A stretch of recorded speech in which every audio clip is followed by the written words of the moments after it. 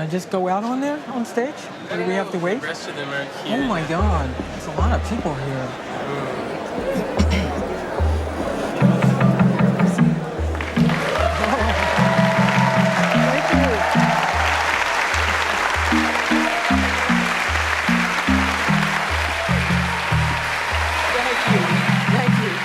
Thank you.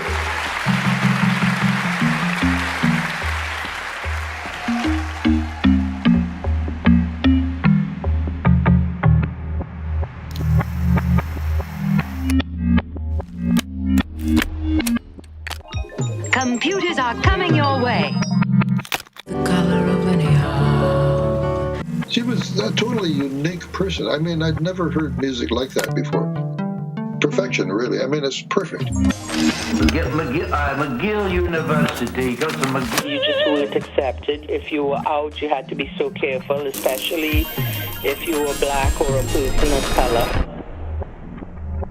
You know, my memories of Beverly are her voice. Wade in the water. She sang inside, but with an outside voice.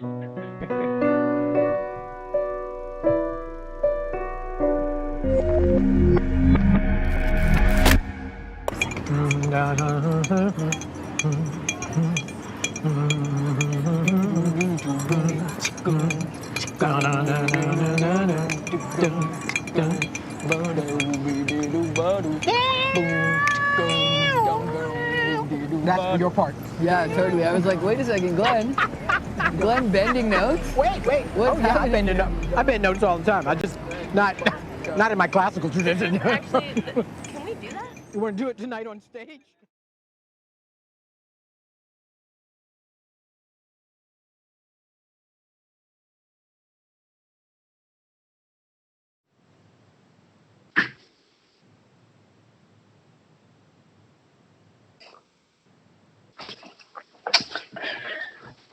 Hello everyone, I'm Jay Bernard. I'm one of the programmers at BFI Flare.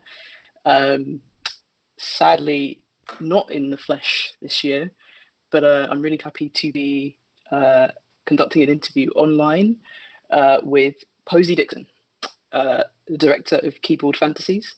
And Keyboard Fantasies is their first feature film, and I was really happy to be able to program it. So I'm really sad that we're not able to kind of see it in the cinema, but nonetheless, this is a really great alternative. So, hello, Posy, how you doing? Good, thank you. How are you?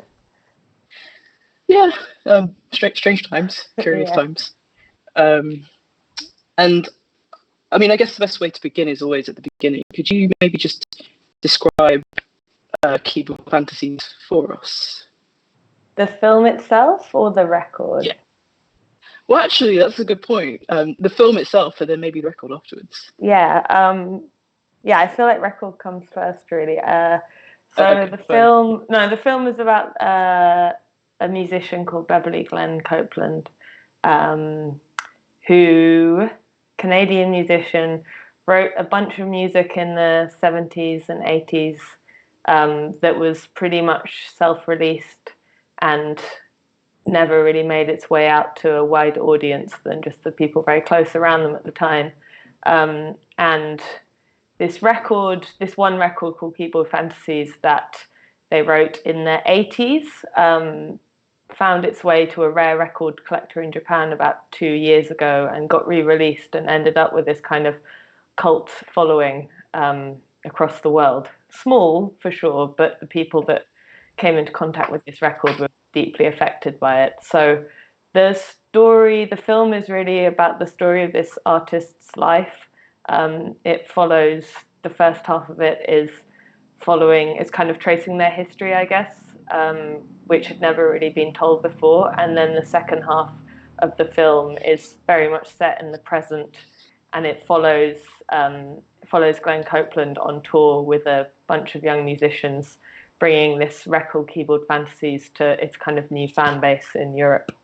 So it's a film about essentially locked into the music that it's really hinged on the music that the artist created, but it's also very much around the philosophy which Glenn's life has been built around. And he has some kind of bigger, more kind of philosophical messages, which I think are very powerful and helpful for people to learn about. Absolutely. The answer. No, not at all. I mean, it'd be really great to just hear a little bit more about the record, actually, because I think that's a really good point that you make. Like, all of this whole project, this whole rediscovery, this whole cult following comes from, this music, that he created, back in the day, as this like black queer person, very alone, like which is discussed quite a lot in the film, very much trying to kind of like find a voice and find themselves. So could you maybe describe the sorry visitor trust that to happen that moment, right? Could you maybe describe the record itself and describe the music as well that Glenn made? Yeah, the record is it's a kind of synthy, folky record. There's only 7 tracks on it. All Glenn wrote the music and recorded it all on his own. So he was living in complete isolation. He wrote it in a period of like 2 weeks. So it sounds like it's like beautiful folky vocals with these kind of synthy melodies behind them that are all quite like looping and repetitive, and it's very simple music. It's very like naive music, and Glenn wrote it really whilst discovering the power of computer technology and how he could create music with that. So I feel like it's this like, I think the reason why it's so powerful is that it's very naive. Like, one of Glenn's things is that he never listened to music beyond his classical training when he was younger. He still never listens to contemporary music or music at all. He lives in silence. So all of the music that he writes comes from this, it comes from this deep, authentic place. And I think that's why it connects with people so much. So yeah, it's just very like soothing, 7-track record. It's like a lullaby from space. Half the tracks have no vocals, half the tracks have these very like simple lyrics that just are moving. It's really hard. Everyone should listen to it. I think it's essential. It's an essential piece of music. Yeah, completely. And I think that, that naivety, would you say that was part of the philosophy that, Glenn explores in the film and also kind of lives in his everyday life? Yeah, and I don't think for him it's an essential thing. I think that's one of the things that's so beguiling about his character. And I think it's a lot to do. He's been practicing Buddhism for 40 years or something. But even the way he talks about his childhood and his years and his kind of late teens and early 20s when he was living as a queer black lesbian woman in the 60s, he always talks about this kind of instinctual knowledge that he had to behave how he needed to behave. And so I think that comes out in his music as well. He seems just like hugely unswayed by anything apart from his founding principles, which had kind of listen to his instinct and behave in a way that's kind to himself and then in turn kind to the universe. It's very beautiful. And I was lucky enough to meet Glenn. Actually, he did a really amazing gig in Shepherd's Bush like a few months ago, and that was definitely like a really powerful thing that was coming out, and particularly the way that he sort of related to younger queer people, and was like amazed by what they were doing as opposed to like damning and critical, which is usually what people get from their elders. But of course, you're also a first-time filmmaker. You're actually this is your first documentary that you've made. And so, what was that like? What were the challenges that you faced, kind of in tackling such a interesting and curious subject, but also B, as a filmmaker as well? Like, what were the ethical and practical challenges that you faced? So I've been working in filmmaking for a long time, but I was originally a producer, and then I've been directing for like the past year, or like past couple of years. But this was the first like long form documentary that I wrote and directed and instigated, and we got it funded as well with my producer Liv. So yeah, definitely like a huge new chunk. And weirdly, the whole thing, like, it was a lot of work, don't get me wrong, and there were some stressful times, but in general, the whole thing felt really natural and quite easy. And I think that's maybe the sign of when you know that you're making the right thing, is when it's like you're not fighting anyone to make it, you know? So insofar as like the doing process, it was just like such a delight, and it was definitely scary, and there were like a lot of risks involved, and like, you know, a lot of, yeah. But the whole process has just been like an absolute joy. But that's like hanging out with Glenn for 2 years. Like, I couldn't think of anything more joyful in the world. But insofar as like the stuff that I've learned, like, I think things that I've spoken to you about before, like the biggest realization for me, which was probably only about a year into the process, when Glenn's story started getting a bit more publicity in the press, especially in Canada. And I remember I was in Canada doing a last bit of filming with him, and he went on the CBC radio station, did the morning show, and they read out his introduction to him. They were like, you know, Glenn-Copeland, blah, blah, blah. And they read like verbatim the dialogue that I'd written for our fundraising thing on Kickstarter, was how they described his story. And I suddenly had this like, shit, I'm like writing this guy's story, because Glenn's story hadn't been told before. And I think it was just suddenly this like I like felt the responsibility of that hugely.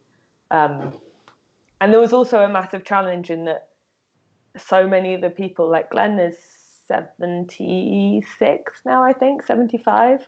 So like a lot of the musicians that he worked with when he was younger, a lot of the people that were involved in his life when he was younger have died. Also like Glenn being Buddhist and who he is not hugely kind of, he's not disconnected from his past, but he very much lives in the present.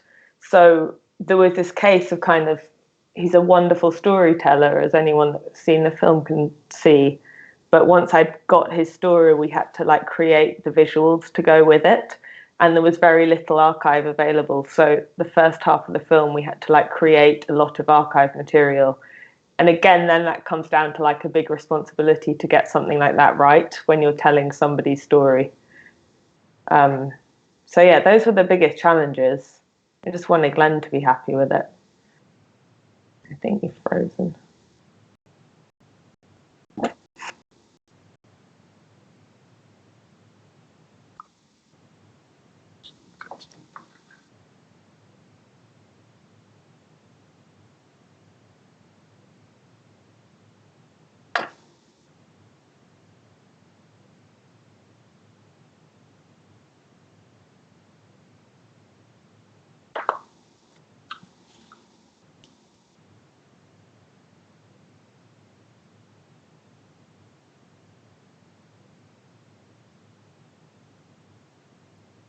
I think my interviewer has frozen and the technical team are fixing it.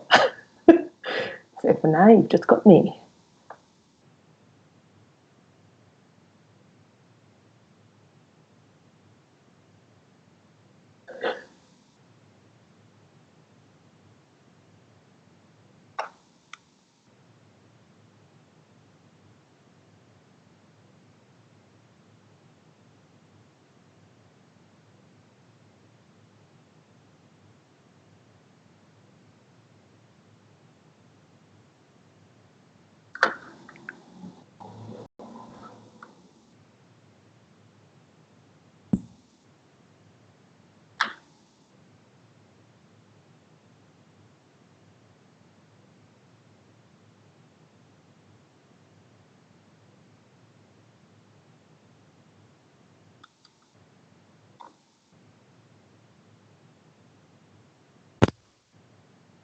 Hello. Sorry, everyone. That was weird. Oh God. I've just been sat here staring into space. Oh, right. Oh, God. I think that's better than you maybe having given a long, detailed answer that I would then be like, I'm sorry, I didn't hear any of that. Yeah, just a bit of a technical issue there. But yeah, you were talking a little bit about the responsibility you felt. Yeah. I don't know how much of that went out, but yeah, I think in short, there's a real responsibility to telling someone's story that hasn't been told before to the public. So I think that was one of the things that I was hyper aware of. And one thing I did do is I never got Glenn to sign off anything until the film was finished, which was obviously like there was an element of risk involved in that. So I didn't, we didn't have his final permission. I mean, he was totally aware of everything the whole time we did it, but I didn't get the paperwork signed until the whole cut was done. Totally. So that was definitely like a slightly nervous moment. But I'm glad I did that, and I'm going to do that again when I'm making a film about people.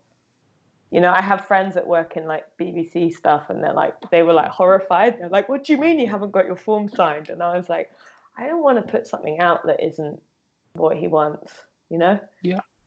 And I always got really zen about it. I was like, if he tells me I can't release it, it will just have been a great experience. Yeah. And do you know what? I think that spirit really comes through in the film itself. Like one of the things that I really love about Glenn and also the film manages to kind of keep a certain levity. And there's something about Glenn as well. I think, as you say, his Buddhist practice for 40 something years means that he's kind of very much in the kind of present moment. And I think that's kind of what struck me about the film as well. There's something extremely thoughtful and considered about it without it being kind of labored and heavy. And I think the fact that you even went through that process, that must have almost informed the way that you approached the filmmaking. If you knew in your head that you didn't actually have any permission, you must have approached Glenn and his life and the story in a very particular way. Yeah, definitely like a lot of respect for him and respect for that process. And I think also there's because the film wasn't commissioned by anybody, like no one asked us to make it and no one paid for us to make it. It was funded by like some of my money and then crowdfunding and then a film fund. And I think because of that, we didn't have any execs or anything. So no one was forcing us to like stick to all the rules that you're meant to do or think about, hooks and this and that and jeopardy and all that bullshit. So I got to make something that's kind of like, it's quite naive in a way. Like I think the film it's quite simple. And every choice is in there because it felt right, not because I was trying to like manipulate an audience or even think about an audience. It was just very like intuitive about what felt true to the story and what felt like it would work. So yeah. So could you talk a little bit about how you met Glenn? Because this is obviously a UK production. Glenn is in Canada. Like how did these two things align? The internet. I've been thinking a lot about Glenn recently because like this is Glenn's life. Glenn's just like, I sit in my garage and I make music and I talk to people on the internet, and that's with my wife. He's in self-isolation already. I just, like a lot of people, like found Keyboard Fantasies, got really obsessed by the record, started trying to find Beverly Glenn-Copeland, couldn't find anything about her really. And then eventually like dug up some articles. And then I think the first thing I found was a Red Bull Music Academy video stream on Facebook of Glenn doing a talk in Montreal about 3 years ago. And I dug out I think I found him on Facebook and messaged him on Facebook about a different film project I was doing at the time about music. And we started talking on Skype. Yeah. So we talked on Skype for about a year before I flew out there and started filming with him. We talked for like 2 hours at a time, about once a month. And yeah, the more I spoke to him and the more he started telling me about his whole philosophy around our generation needing elders, and this record being his time. It just slowly built into something bigger and bigger. And then I got a cancellation fee on a job and just like got on a plane and flew to Nova Scotia on my own to meet him and did the first interview for the film, which is the one in the first half of the film in his house. Yeah, and then it just kind of like rolled on from there. So yeah, essentially stalked him down on the internet, made friends with him on Skype, and then flew half across the world to hang out with him and his wife. That's dedication. You must have had a sense of, there being a kind of a film or a project in there. And I mean, I guess, the follow-on question from that would be like, do you see this as a kind of record keeping? Do you see yourself as perhaps more intentionally writing history?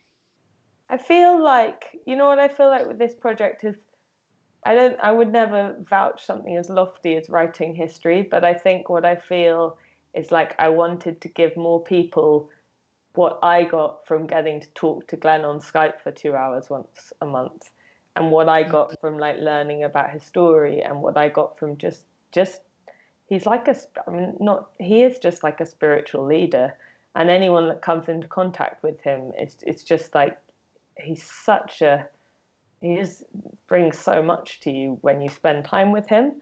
So I think that I like the idea of the film being, I think his story is definitely a story that needs to be remembered and kept and shared.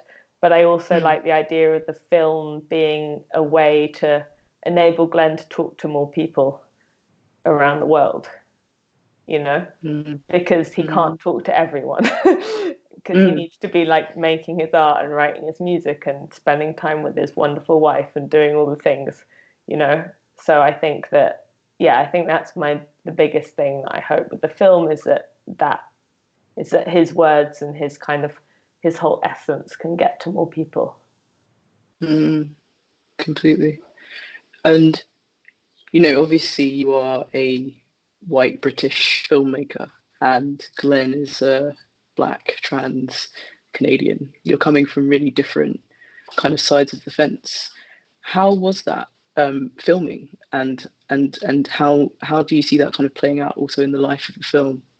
It's something I definitely think about a lot and thought about. I mean, to be honest, right at the beginning, I didn't think about it because I never knew this was going to become a film. I thought I might make a short film about him and his music. So I didn't put like a huge amount of thought into it. But then obviously as the film has grown into a feature and there's, like Q&As and all this stuff, I'm totally aware that I am making a film about a person whose experience is not my experience. But I feel like the film is I was led to him through music, and then his message is something which I think is universally, resonates universally. And I just feel like kind of bigger picture wise, everything aligned for me to make this film about him. And the way that the film was made, the film kind of helped with his career as his career was growing, and his career was helping my career. And it just felt like this very kind of connected process. And I think the closeness of that relationship that he and I developed over the past 3 years has made me feel like I am the right person to make this film. But yeah, I think other people may have different opinions on that, and I can only say that from my position, which I'm totally aware of is one of privilege. But it just felt like everything fell into place. But I'm also very aware of the dynamics. Absolutely. I have just a couple more questions, really. What ended up on the cutting room floor?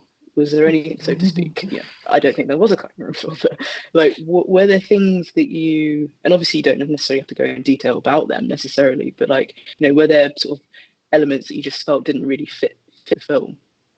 So not massively. The funny, not the funny thing, but something about this film is that we didn't have very much money to make it.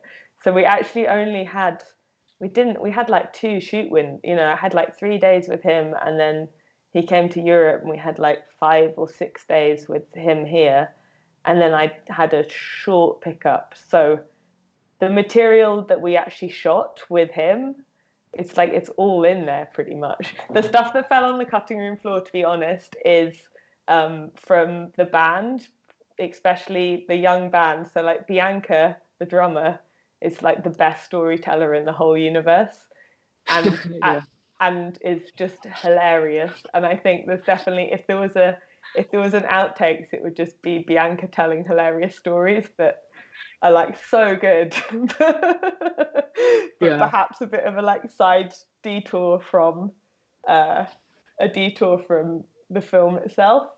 So yeah, those are the thing. And then there's a lot, like Glenn is a wonderful storyteller and can talk forever and ever and ever and ever. So there's definitely some interview stuff that fell on the floor, but I think there's nothing that I regret taking out. And we weren't stuck to any kind of length or anything because, again, we didn't have a commissioner or a platform. So the film's very much what I wanted it to be. Yeah. Yeah. That's really awesome. Yeah, just funny stuff on the floor. That wasn't quite about Glenn. Yeah, and like much more of Glenn dancing to Missy Elliott, but we couldn't afford to license him. That's intense. Which song? There's a few. The whole evening's worth. I'm actually sitting in the living room where that scene took place right now, so the essence is here.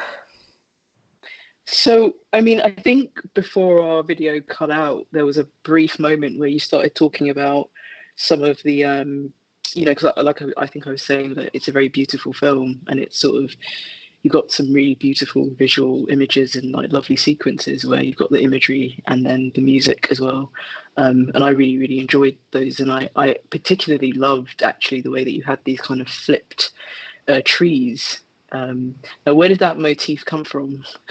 That came from my brain and Glenn being really into forests and Canada. Yeah. I mean, that's actually shot in Norfolk, but needs must. I was working with a friend of mine who is a visual artist, and she'd been experimenting with these dichroic glass pieces, which is what we actually shot those scenes through. So I'd seen her work with those dichroics, and like she's phenomenal. She's an incredible force. She's the art director on the film. She's just like an incredible visual anthropologist.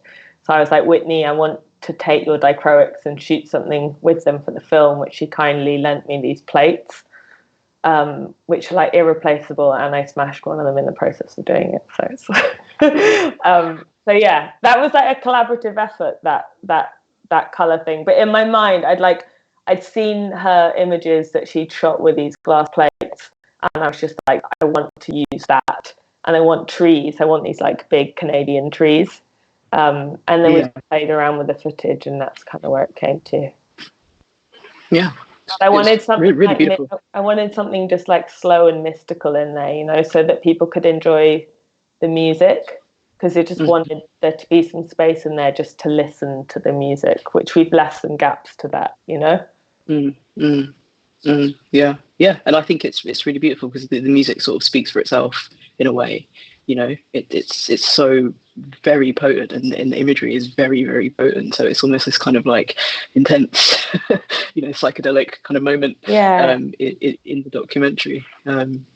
So my last question really is, what next for Glenn? Are you still in touch? Are you still kind of keeping tabs? Do you know what he's doing next? Is he working on new stuff? Yeah, he's been sending me really sweet messages like the past day or two.